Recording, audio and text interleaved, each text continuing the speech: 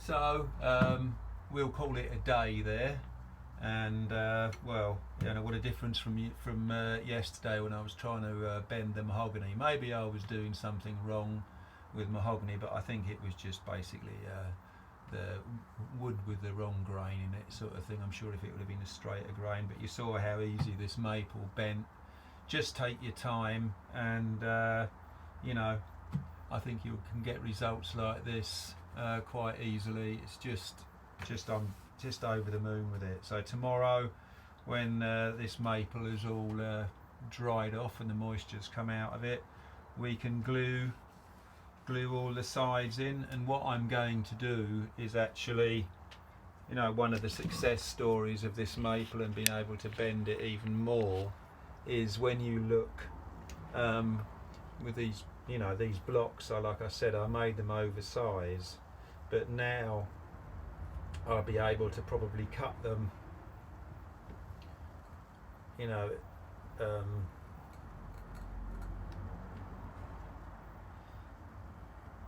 and take all that out. So as we would be gluing the outside one along there, and then we've got wood there, so we can remove all that wood and have a bigger acoustic cavity. So I think that'll play dividends. And also now also down at this end here, we can make these blocks a lot smaller, maybe take out the whole bottom and just end up with a really nice, neat, small block. But I mean, that was one of the plans all along, depending upon how the side bending went. But this was kind of almost beyond my hopes. But there we go, you know. So tomorrow, I think we can actually start getting something looking like a musical instrument slightly. Thank you. Here we go. This is the day after bending the sides. So they've been in the mould overnight, the sides, and they've dried up to shape. We'll get on with unclamping them, but before, because there's 4 bits here, and I'm gonna label them, sort of thing. So I'm not trying to put them back in the wrong place. So left, there, right, and right, and put let's get unclamping out.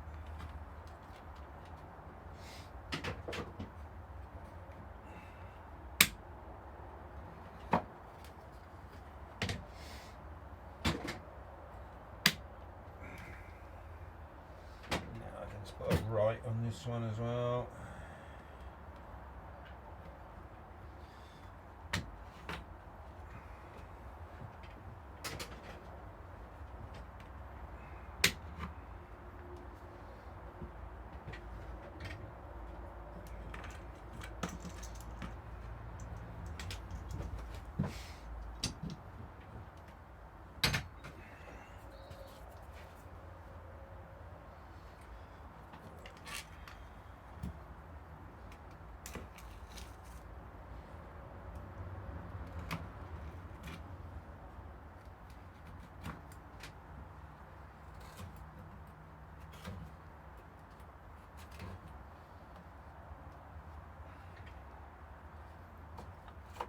So you can see now that these bits have stayed, you know, bent as they were. Typically, you'll get a bit of raising of the grain around tight corners, kind of thing, but that can be sanded off. There's plenty of thickness there. What I want to do now is actually the blocks in the corners that we made are obviously like much too big, so I want to get those cut down, and then we'll go from there. So I think what I'm going to do is I want to leave plenty of thickness on there, because we've got the glue in gluing edge down there. So I think with these blocks what we'll do is come round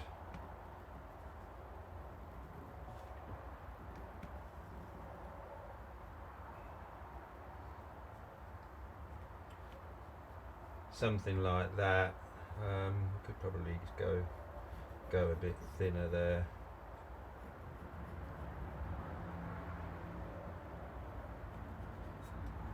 Yeah, so let's have a go at that.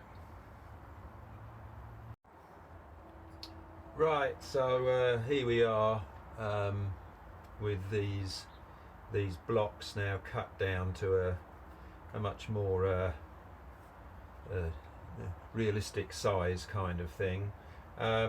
Like I said at the beginning, I wasn't sure how successful I was going to be to bend the wood around these areas, but blooming fantastic. I managed to get it all round there. So when you look at the finished instrument, you know, all the grain is going to match everywhere, which is really nice, and that has enabled me to cut these blocks a lot smaller, which is nice because you get more acoustic cavity, if you like, if that makes any difference. Equally down here, I've cut these smaller as well. I'm actually round these tight corners here, I'm actually leaving the block contact the sides there. I mean, I could have cut this this block off sort of up here kind of thing, but when you've got tight curves round sides like that, you know, you do occasionally see on old instruments that the side breaks away from the top and back. So I'm going to leave that there, so the side is actually glued permanently to that, and then the instrument will be really stable. I think that's a worthwhile sacrifice, if it's a sacrifice at all. The other thing with these internal blocks, a lot of instruments you see nowadays very, very beautifully finished inside, as nice as the outside. All the instruments, old instruments I've restored in the past, they're actually quite rough on the inside, you know, just plain sawn stuff, and I can't make up my mind whether I like both, because I think there's a sense of honesty when you've just got rough sawn timber inside, and I actually quite like that, and I'm going to go with that approach. In addition, it saves a bit of time, and like I say, it seems more handmade that way rather than machine made. So I'm just going to leave these rough sawn. I like that, you know, and there's no denying that someone spent their time making them then, sort of thing. But equally, I love instruments that are beautifully finished inside. So anyway, I think the next step now is that we have to make a neck block. So in the butt of the instrument here, I've got this scrap of wood that's the same thickness as that. I'm going to make a neck block to fit in there so we can hold this section. So I'll get on with that, and then we'll do that. What I'm going to do is just lift this up. I can put this underneath, this neck block and blank neck block underneath, and then draw around the sides for a really good fit. So we'll get on with that.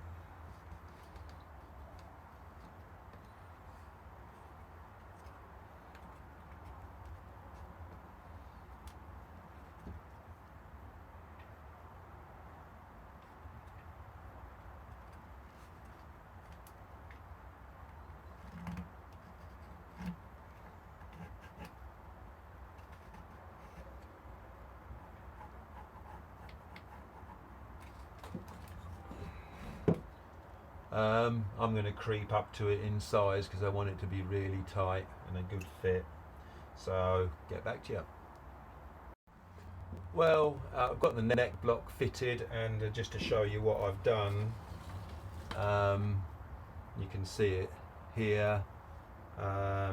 Neck will come off there now. What I've done is I've put a temporary screw that goes into the mould, and so it basically will clamp and squeeze in with the sides there, and then yeah, that will be one holding point. The other joint I'll have to make is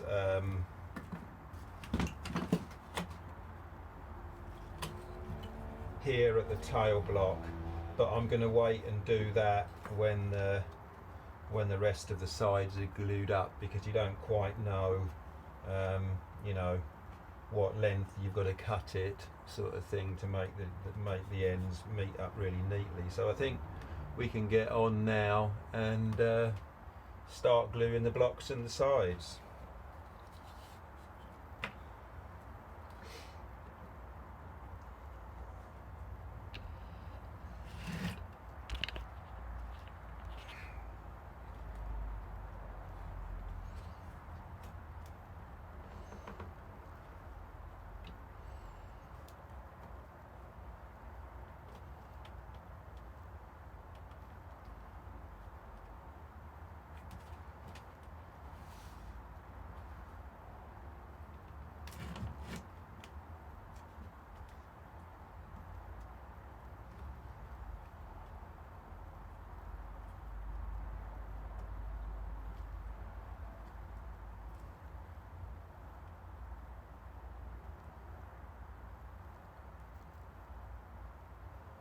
Where to start? I think I'm going to start with this one in this corner.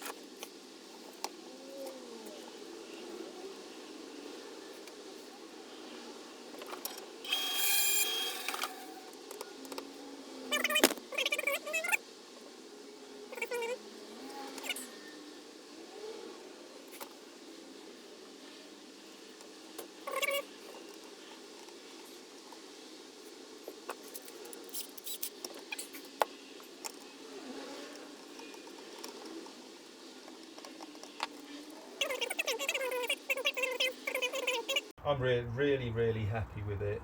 It's quite a big step, so coffee time. Cheers. Hi, well, we've got this sides gluing up now, and talked about actually getting the wood to thicken up the sides a little bit. I'm just cutting out these really thin strips. I've managed to find a piece of wood that's obviously an old guitar side or something, or an offcut that's just about ideal thickness. So I'm just slicing a bit off the end. There's one bit. I need 8 bits, the top and bottom of each of the sides. One bit of advice when you're preparing a flat edge on a thin bit of wood is, I think you can see over here, I've got my plane, but I've actually put the plane upside down in the vise, and then with the thin bit of wood you can just like drag it over the top.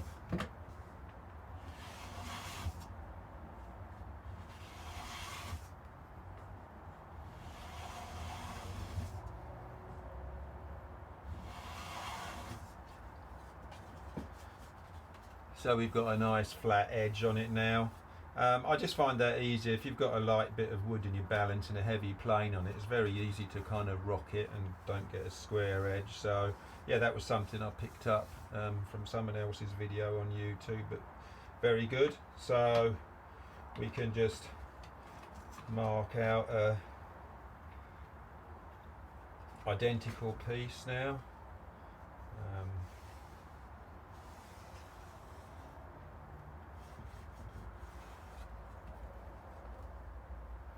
Get that cut off, and I'll get back to you when I've got 8 of them.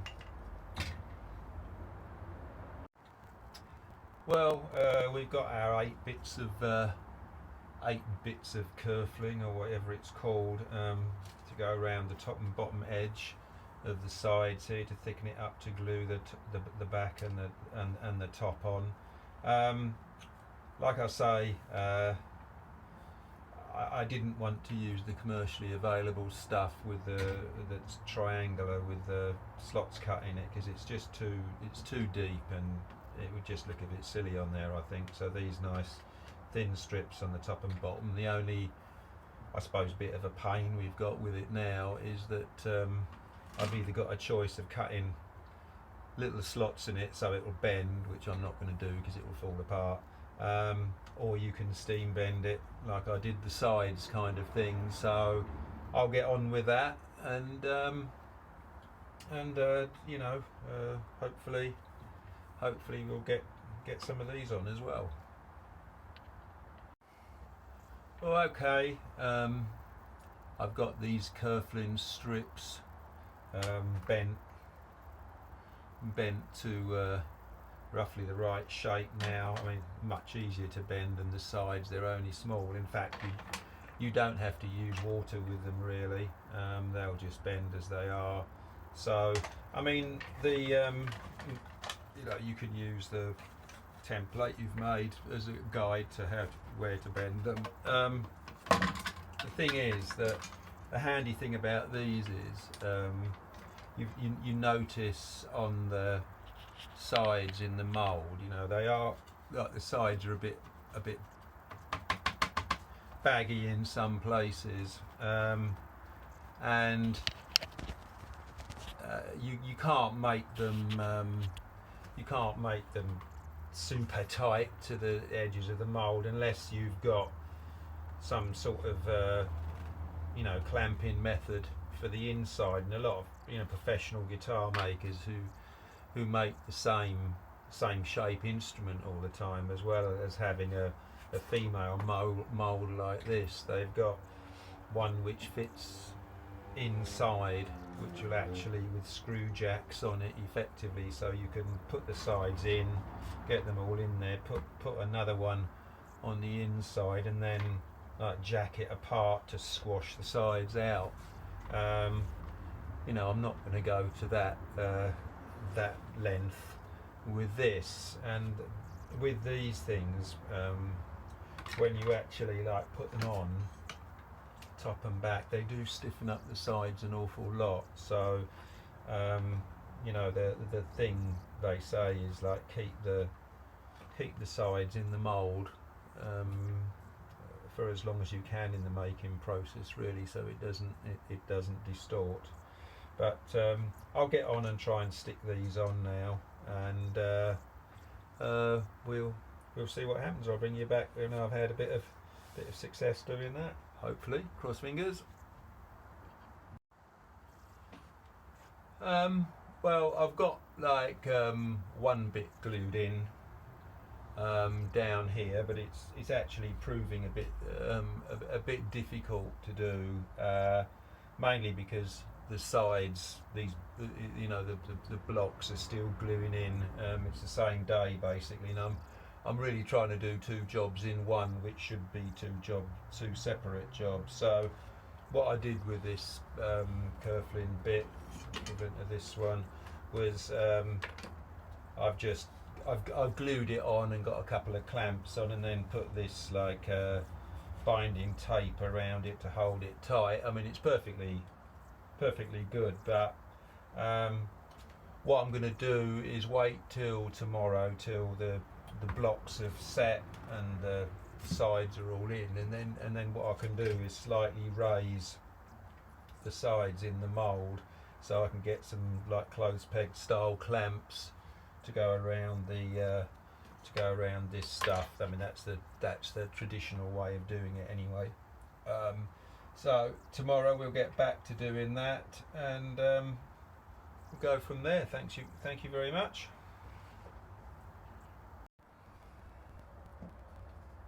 So this is what we're basically going to end up with after the video. So it's just a shot ahead, but a very wobbly Lyre Mandolin outline, which is quite an excellent result. So let's get on with side bending video.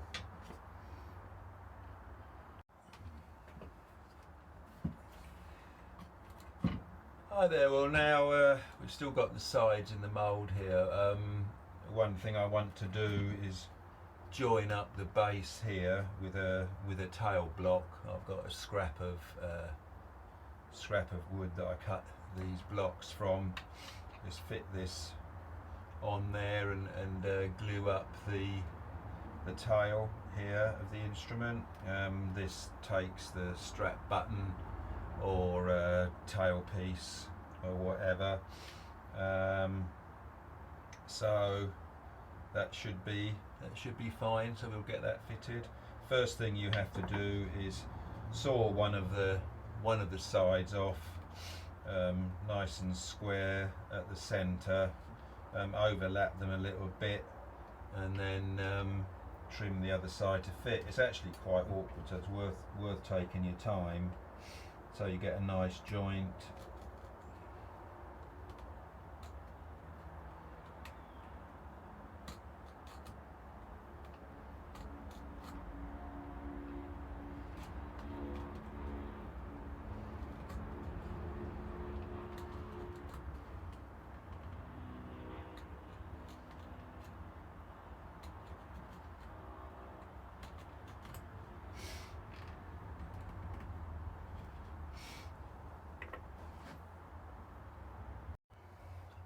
Well, we can see now where I've got the tail block glued in here.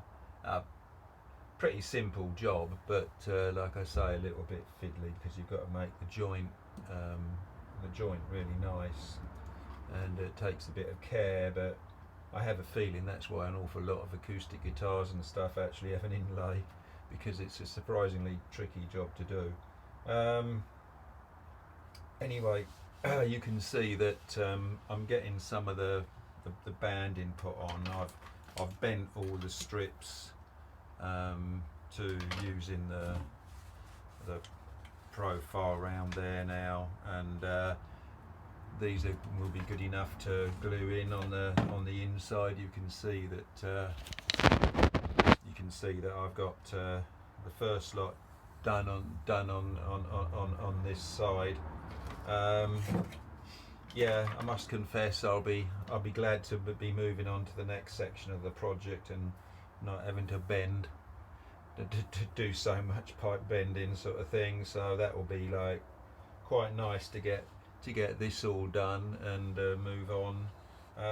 But yeah, it's quite successful. I'm looking forward to getting it out of the mould to show it all to you. So I'll just carry on and get these bits all clamped on.